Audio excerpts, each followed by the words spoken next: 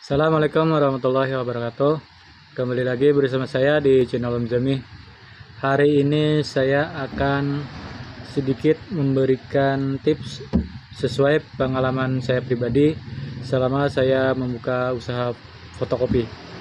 Jadi tipsnya ini tips yang ingin membeli mesin fotokopi untuk usaha fotokopi bagi pemula. Jadi selama pengalaman saya di usaha fotokopi berkeinginan ingin membeli mesin fotokopi.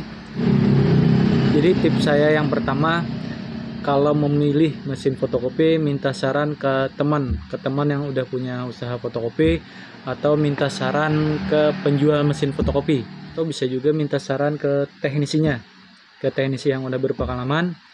Yang penting dari pembelian mesin fotokopi, after salesnya atau setelah pembelian mesin fotokopi itu, setelah kita beli, gimana pelayanan servisnya, terus biaya servisnya, sama transportasi servis. Nah, biasanya kan kalau kita minta servis itu ada biaya transportasi. Mohon maaf karena kondisi toko saya di pinggir jalan jadi agak bising. Jadi pelayanan servis sama biaya servis, transportasinya, dan lain-lainnya. Jadi kalau ingin memilih mesin fotokopi, minta saran ke teman yang udah punya usaha fotokopi, atau minta saran sama penjual, boleh, bisa juga, atau sama teknisi. Nah, tapi kalau biasanya yang lebih baik tuh dari teman sih.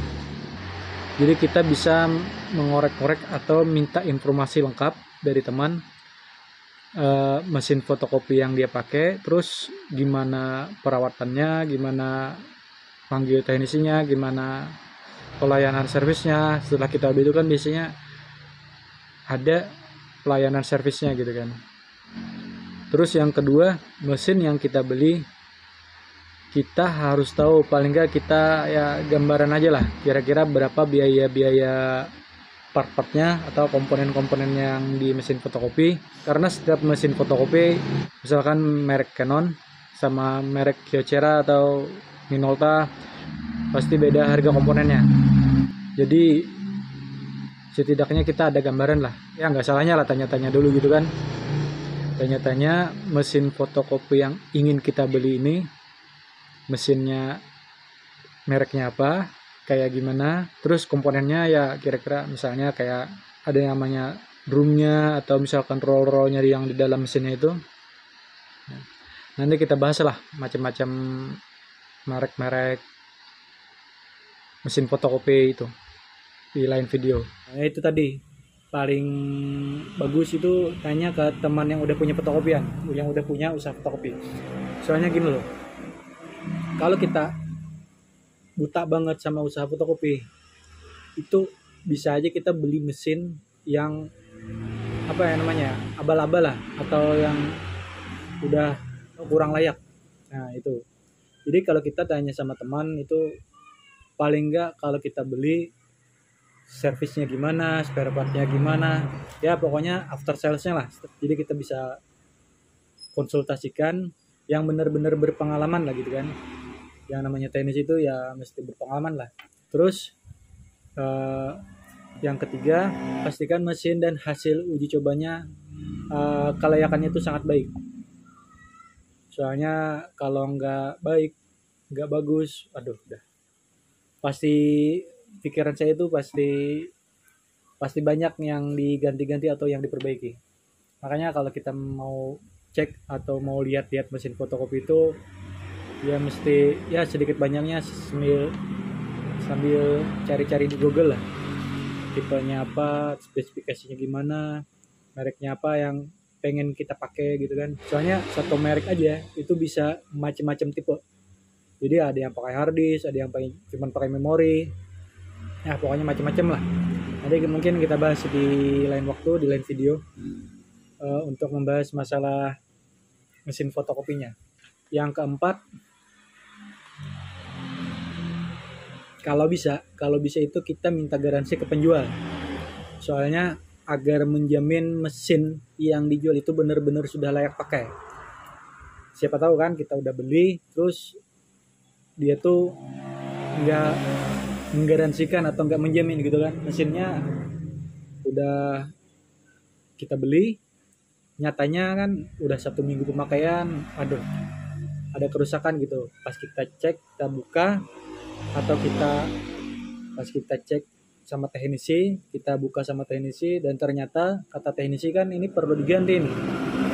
Nah itu biasanya kita mesti banyak tanya sebenarnya, banyak cari-cari atau korek-korek informasi yang benar-benar kita harus mengetahui lah. Soalnya yang namanya orang awam, orang yang sangat pemula itu sangat buta sama sekali. Pengalaman saya dulu saya percayakan sama yang penjual dulu. Tapi alhamdulillah mesin pertama dulu itu bagus sebenarnya. Cuman karena saya pakai, jadi kalau listriknya padam kita pakai genset. Nah itu sebenarnya nggak disarankan. Soalnya itu bisa merusak power supply-nya katanya. Dan ternyata memang rusak. Nah kebetulan setelah rusak power supply-nya itu mesinnya kemasukan tikus, jadi kabel-kabelnya digerogoti sama tikus. Setelah itu kita beli lagi mesin satu merek Minolta, karena saya sebelumnya kan merek Minolta juga tipe Bisuk. Nah untuk yang ini kita pakai Minolta tipe Delta DI2510. Semua mesin itu tergantung kita, mau mesinnya merek Canon, Kyocera, Minolta, atau merek yang lainnya gitu kan, itu tergantung pemakaian kita sendiri. Nah, jadi setiap mesin itu ada yang bilang mau bagus merek Canon, sebenarnya menurut saya sih enggak juga sih, semuanya bagus, cuman pemakaian kita peruntukannya kayak gimana gitu kan. Terus ya nggak salah sih tanya-tanya sama teman, apalagi tanya-tanya sama teknisi gitu kan, cari-cari referensi di internet banyak pokoknya, cari-cari referensi, googling aja dulu, sangat bermanfaat lah cari informasi daripada kita beli tapi kita nggak ngerti gitu kan. Terima kasih sudah menonton video saya. Mohon maaf atas segala kekurangan yang saya sampaikan. Apabila ada kritik, saran, dan masukan, komen di bawah ya. Mungkin itu saja video saya yang singkat ini. Semoga bermanfaat. Assalamualaikum warahmatullahi wabarakatuh.